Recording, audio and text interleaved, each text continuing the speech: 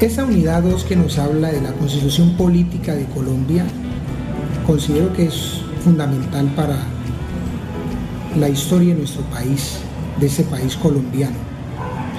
Pero antes de hablar de la Constitución Política, tendríamos que descubrir qué generó la Constitución, cuáles fueron los antecedentes históricos que permitieron el cambio de una nueva Constitución Política, la Constitución del 91. Y el primer antecedente histórico es la toma del Palacio de Justicia por parte del M-19. En el 86 matan a Guillermo, director del Espectador, y en el 89 Luis Carlos Galán fue asesinado. En el mismo año del 89 bajan el avión de Avianca que venía Bogotá-Cali. Y en el 90 dejan las armas el M-19. Estos elementos son fundamentales para descubrir los antecedentes de la Constitución Política de Colombia. Aparece entonces un movimiento estudiantil que hace una propuesta llamada la séptima papeleta. La séptima papeleta consistía en incluir una elección de una constituyente para la renovación de la Constitución. La Corte Suprema reconoció la voluntad popular y entonces se logró aceptar esa séptima papeleta, que eso se dio en el año 90 con las elecciones de Cámara, de Senado, Junta Administrativa, consejos municipales, entre otros elementos que arrojaba en los años las elecciones de 1990.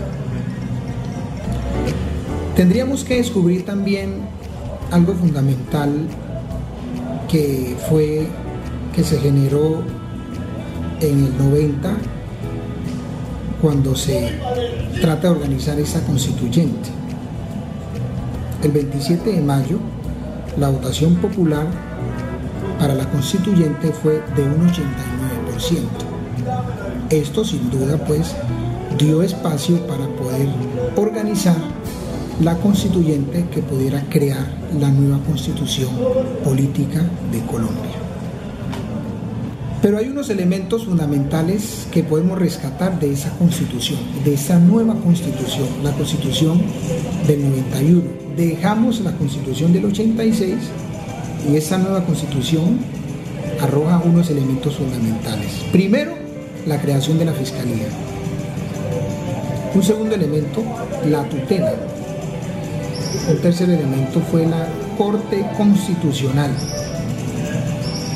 Un cuarto elemento fue la independencia del Banco de la República de Colombia